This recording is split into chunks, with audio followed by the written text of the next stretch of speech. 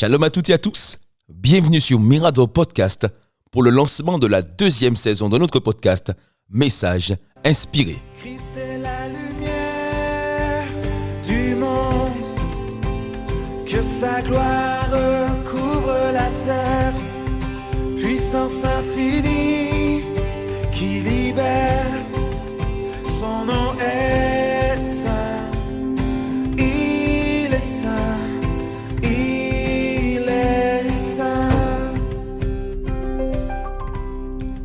Et pour notre 11e épisode, j'ai eu à cœur de mettre en lumière la véritable lumière.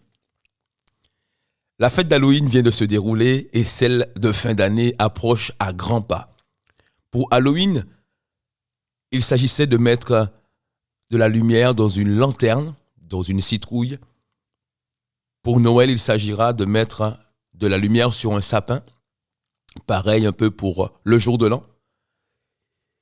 Mais j'ai voulu parler, promouvoir la véritable lumière. Ces lumières qui sont mises en avant lors de ces fêtes sont plutôt de l'ordre de l'éclairage. Et j'ai voulu faire une petite recherche succincte et j'ai découvert quelque chose d'extraordinaire. Car selon une définition, la lumière est le rayonnement électromagnétique visible qui se propage à partir de la source de ce rayonnement. Donc si j'ai été trop vite, la lumière est le rayonnement électromagnétique visible qui se propage à partir de la source de ce rayonnement. Tandis que l'éclairage est le résultat de la lumière qui tombe sur un objet. En fait, c'est la lumière qui est réfléchie ou diffusée par un objet. Bon, on ne va pas se prendre la tête. Plus clairement, la lumière, c'est une source de rayonnement, tandis que l'éclairage n'en est qu'un reflet.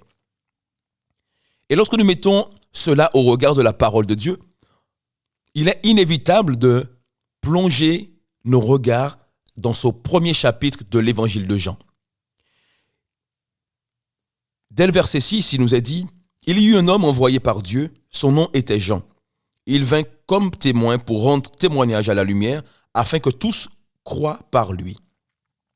Il n'était pas la lumière, mais il vint pour rendre témoignage à la lumière. » Le verset 9 qui nous intéresse particulièrement, « Cette lumière était la vraie lumière qui, en venant dans le monde, éclaire tout être humain. » Dans ce passage, l'apôtre Jean fait référence à notre Seigneur Jésus-Christ comme la vraie lumière, sous-entendant qu'il existe une fausse ou une imitation de la lumière que nous pourrions considérer comme un reflet de la véritable lumière. D'ailleurs, l'apôtre Paul a pu citer ce reflet de la véritable lumière. Il dit dans son épître aux Corinthiens, dans 2 Corinthiens chapitre 11, le verset 14, mais je lis à partir du verset 13, « Ces hommes-là sont des prétendus apôtres, des ouvriers trompeurs déguisés en apôtres de Christ. » Verset 14 qui nous intéresse, « Et ce n'est pas étonnant puisque Satan lui-même se déguise en ange de lumière. Il n'est donc pas étrange que ses serviteurs aussi se déguisent en serviteurs de la justice. Leur fin sera conforme à leurs actions. » D'un côté, il existe la véritable lumière et les serviteurs de la véritable lumière de Jésus-Christ. Et de l'autre, le reflet de la véritable lumière qui est Satan, le diable, qui a aussi des serviteurs qui se font passer, tout comme lui, pour la véritable lumière. Alors comment faire la différence aujourd'hui? Comment discerner la véritable lumière et les serviteurs de la véritable lumière? Il existe certainement plusieurs méthodes, mais la plus évidente est que contrairement à l'éclairage, contrairement au reflet de la lumière, la véritable lumière ne s'éclaire pas elle-même, mais elle cherche toujours à éclairer les autres. Tout objet qui reflète la lumière a toujours tendance à briller pour lui-même. Et cela me rappelle une luciole. La luciole, c'est un petit objet phosphorescent que je trouvais dans les boîtes de lessive en poudre de ma mère à l'époque, dans les années 1990 par là. Et lorsque cette luciole était mise au soleil ou au contact d'une source de lumière, elle pouvait briller fortement dans le noir.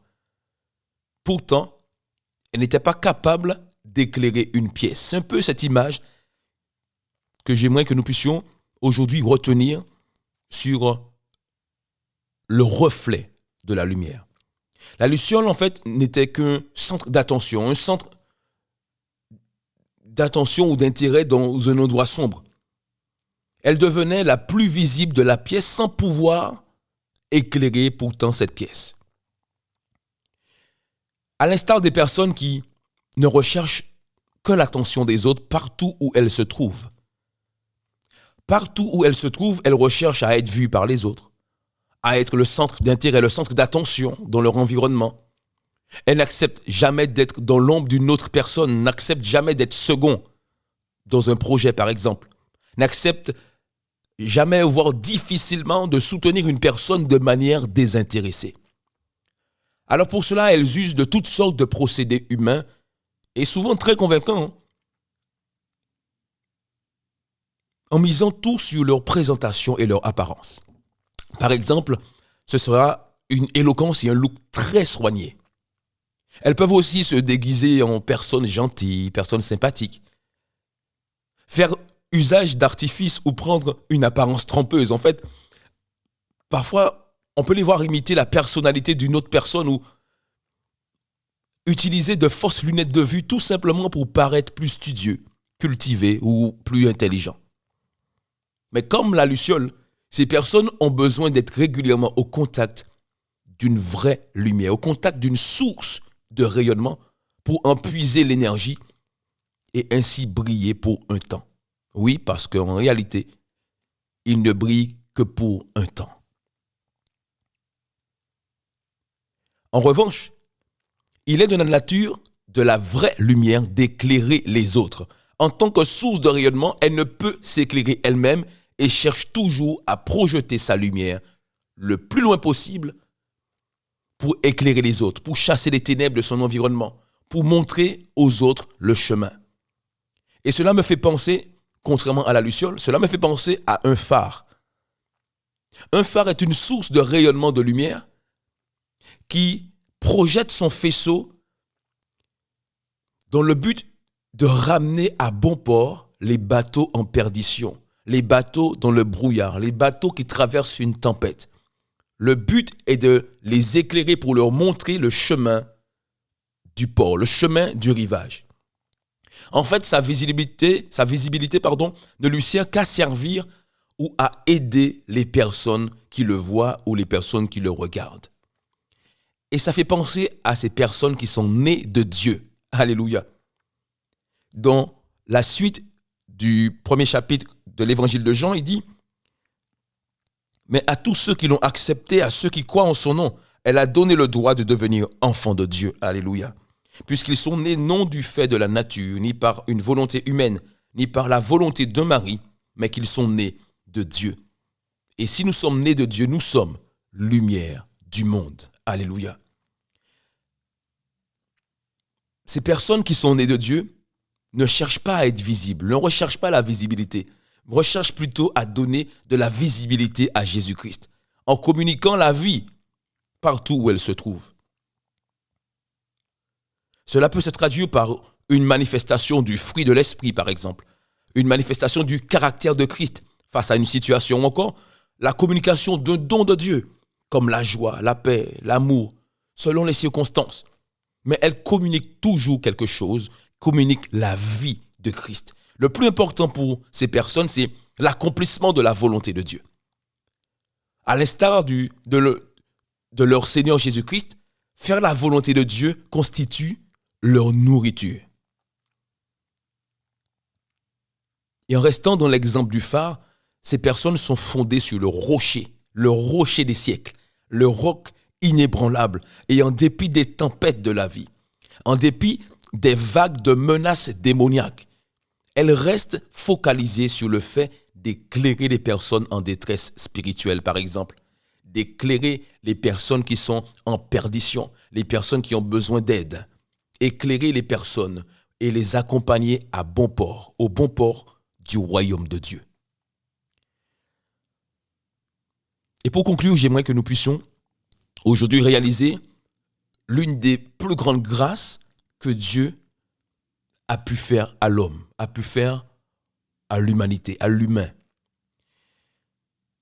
La grâce qui nous fait d'être lumière du monde, la lumière du monde. Il nous a dit, le passage que j'ai lu tout à l'heure, il dit, il a donné le pouvoir ou le droit de devenir, d'autres versions disent le pouvoir de devenir enfant de Dieu. C'est une grâce excellente. Il ne nous a ni créés à l'image, ni selon la ressemblance d'un ange, mais il nous a créés à son image et selon sa ressemblance. De sorte que si les anges sont très certainement des reflets de la vraie lumière, ce sont les reflets de la lumière de Jésus-Christ, Dieu a voulu que nous ne soyons pas des reflets. Il a voulu que nous soyons tout simplement des lumières en Christ pour éclairer le monde de sa véritable lumière. Alors que nous sommes encore dans le monde, éclairons les êtres humains qui sont dans notre environnement plus que jamais. C'est le temps maintenant d'éclairer les êtres humains, qu'ils puissent voir désormais la véritable lumière en action. Je vous donne rendez-vous la semaine prochaine pour notre 12e épisode de notre podcast Message inspiré.